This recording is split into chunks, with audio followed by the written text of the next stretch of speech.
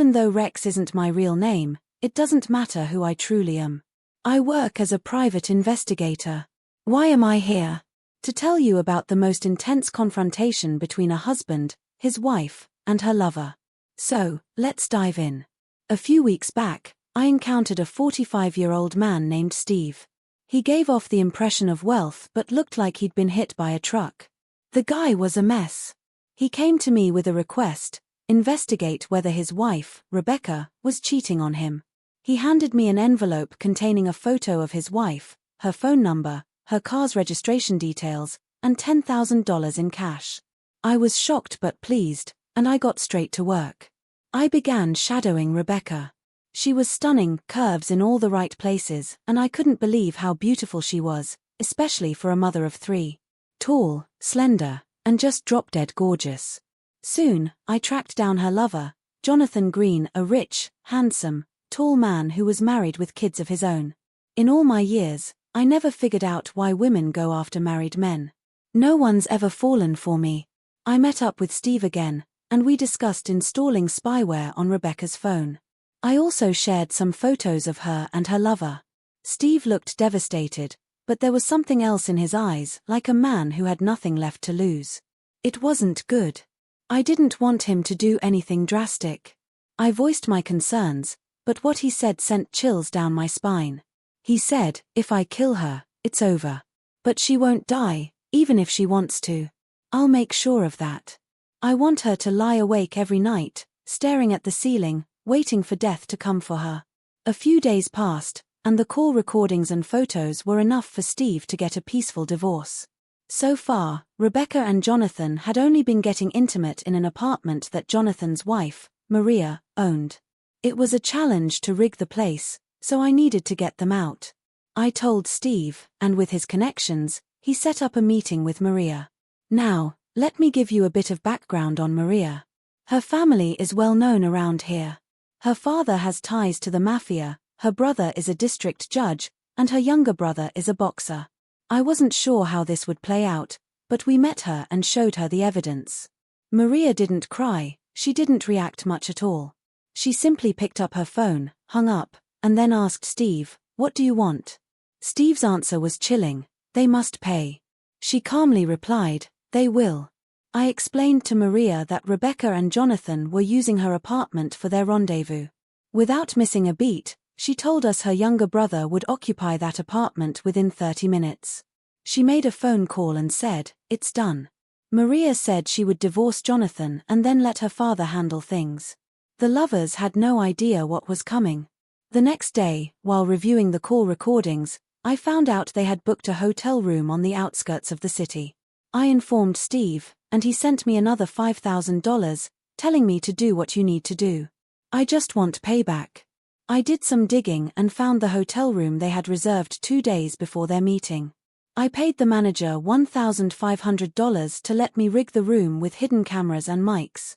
The setup was perfect. I stationed myself in the room next door, monitoring the feed from my devices, all connected to a cloud server. I started recording as soon as they walked in. They were animals, didn't waste any time. As soon as the room service left, they pounced on each other. I sent the live stream link to Steve, and he forwarded it to Maria, who simply replied, "Thanks." What unfolded next was more intense than I'd imagined. Their bodies tangled on the bed, glistening with sweat as soft moans filled the air. The man moved his hips rhythmically, thrusting into her eagerly. Their passionate noises were the only sounds in the room. They had been going at it for over 2 hours, each reaching climax at least twice, working toward a third. Their hands and lips were everywhere, craving more. She pulled him closer as her eyes closed, her body responding to the building sensations. He smiled down at her, pushing himself deeper, determined to make this session one to remember. She bit her lip, gripping him tightly as another wave of pleasure surged through her. He released inside her, and she gasped, realizing they had taken their intimacy to a new level. He leaned down, kissing her hard as they both basked in the moment, their bodies spent. They lay side by side, staring at the ceiling, lost in their own thoughts. I sat, hunched over the monitor, emotionless as I watched the scene unfold. I sighed, thinking about how yet another marriage was falling apart. After all these years, I still don't understand why women throw their lives away like this. For God's sake, Rebecca had it all. What was she thinking? I shook my head, sending a text to Steve, "It's done." I knew the next act was about to start. My job was to keep recording until I was told otherwise. I was sure Steve would walk in any minute. I had warned him against it, but he insisted, saying there'd be no violence unless Jonathan wanted to fight. It was risky, but I'd be there to capture everything on tape. Less than a minute later, I saw the hotel door open on the screen. Jonathan, still wrapped in a robe, got up and tossed a duvet over Rebecca. He approached the door, responding to a knock with room service. I could hear their muffled conversation, knowing full well what was about to happen. Rebecca, now sitting up and clutching the duvet, started panicking. Jonathan backed toward the bed, stumbling as he hit the edge, falling beside her. She whimpered, repeating, "No, no, this can't be happening." It was then I saw the gleam of a Walter PPK. I was too far away to prevent whatever was about to happen. I sat glued to my chair, helpless. "Don't do it, man, just don't do it," I muttered in my head. My thoughts turned to my associate. Where the hell was he? A deep sense of dread filled me as I imagined the possibilities. The action in the hotel room remained frozen before me as I observed. The conversation was muffled, but the woman was now crying openly, while the man sat there with his arms raised in surrender as Steve stood over them both. I leaned in to listen. "All right, first of all, we're finished, done, over, finito, capis?" Steve snarled. No, it's not what it looks like. Shut the hell up unless you want a second hole in your face for this prick to stick his manhood into." The woman cowered, trembling, seeing Steve like this for the first time. Then again, how many times had he caught her in bed with another man before? His eyes bore into hers as she clutched the hotel duvet around her body. Her lover, trying to be brave, made a slight move towards Steve. It was all Steve needed. Like a flash, he whipped the barrel across the man's head, the satisfying crack of metal on bone bringing a grim smile to his face. The woman screamed, startling Steve momentarily, but he quickly regained control, pointing the gun at her head, his eyes wild. "Listen, I've got everything I need to divorce your ass and ruin this guy right here. The only thing I haven't taken care of is a good old-fashioned beating for both of you. Just don't push me, sit still, and shut the hell up." He paused, trying to calm himself down, then smirked, waving the gun between the two lovers. "I'm not a violent man, but you'll both pay dearly for your little fuckfests. You," he looked at the woman, "will not set foot in the house again. There's nothing for you there. I've packed up all your belongings, and as we speak, they're on their way to your sister's house. You have no money, no credit cards, no nothing. Understood?" She just stared at him, dumbfounded. "Understood," he snapped, waving the gun at her again. Yes, I understand, but what about I don't need you to think or ask questions. If I think you need to know something, I'll tell you. Do you understand?" She nodded slowly, her mind racing, still in shock. "Oh, and the kids are fine, by the way. Thanks for asking," Steve added with a sneer. "They already know what a cheating whore their mother is, so don't expect any sympathy from them. They saw you screwing this piece of shit right here, so maybe give them a few years to cool off before you try to reconnect. They're pretty upset." Rebecca gasped, a sob escaping her throat as the weight of his words hit her. Her hand flew to her mouth. She had no idea her kids knew. How had she missed it? She'd been too wrapped up in her affair to notice Steve's distance. He let his words sink in before delivering the final blow. "Oh, did I mention that your lover's wife knows all about this? Yeah, she'll be dealing with him too. We're using the same legal team for our divorces, saves money." Her gasp was echoed by the groan from her lover, who was finally coming to. "There you go," Steve chuckled. "Why don't you help him out? You two were in this together, after all. Maybe you can figure something out." I could see Steve was finally regaining control of his anger from the way his posture relaxed. That is, of course, unless the idiot said something to reignite the fire. On screen, Steve turned towards the camera and smiled. That was the signal. I tapped out a quick message and leaned back, exhaling in relief.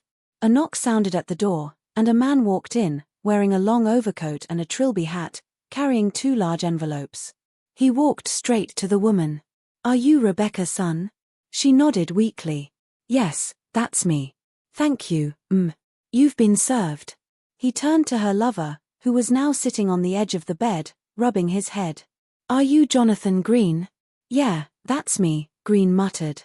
The man handed him the envelope. "You've been served, Mr. Green." Then, he turned and left without another word. Steve stared at Jonathan Green, locking eyes with him. Green tried to look away, but Steve's cold, grey eyes held him. "By the time you realize it, your life will be over. Your wife will have her revenge, and I'll get mine. You can count on it. Your wife doesn't want you home. She's taken the kids and moved back in with her parents. And you know her daddy has the means to ruin your life even more than I can. So, no need for me to do jail time for you 2 pieces of shit. I'm leaving now. Have a great life." With that, he turned and left. The 2 lovers sat there, staring at the door, then at the envelopes in their hands, wondering what the hell had just happened. I let out a long sigh of relief, but I kept watching. Jonathan Green grabbed his phone and called his wife. It didn't go well. From where Rebecca sat, she could hear the venom in the woman's voice. Jonathan threw his phone across the room in frustration, realizing just how deep the consequences ran. He started shouting at Rebecca, blaming her for the mess they were in. She screamed back, their once passionate affair crumbling into mutual blame and anger. "She hung up on me," he yelled. "I told you, you idiot," Rebecca shot back. I stood up, refreshed my drink, and watched the scene play out behind me on the screen. Jesus, what a day, I muttered to myself as I downed the scotch in one go. Another marriage down the drain. Watching the fallout from infidelity had been the bulk of my work for years, but this one was intense. My reputation as the go-to guy for catching cheaters was already solid, but this case would make sure of it. Still, I couldn't shake the memories of my own marriage crumbling. My wife, my brother, God, that had been a nightmare. I hadn't spoken to my brother since. My wife tried to excuse it. It was just sex, she'd said. The same old excuses I'd heard 100 times from other clients over the years. In the end, I walked away, divorced her. It was the right decision, but damn, it still hurt, even 15 years later. I knew exactly how Steve's son would feel when the adrenaline wore off, and he woke up alone the next morning. Chasing down cheaters was a distraction from the real pain, but it didn't last. I turned back to the screen. Rebecca lay sobbing on the bed. "You're a fool," I muttered under my breath. "Why throw it all away? The real suffering starts now." As I began shutting down the equipment, my phone buzzed. It was Steve. "You all right, man?" I asked. "You had me worried there for a bit." "Yeah," Steve replied. "I've got everything I need. Tomorrow, it'll all be over."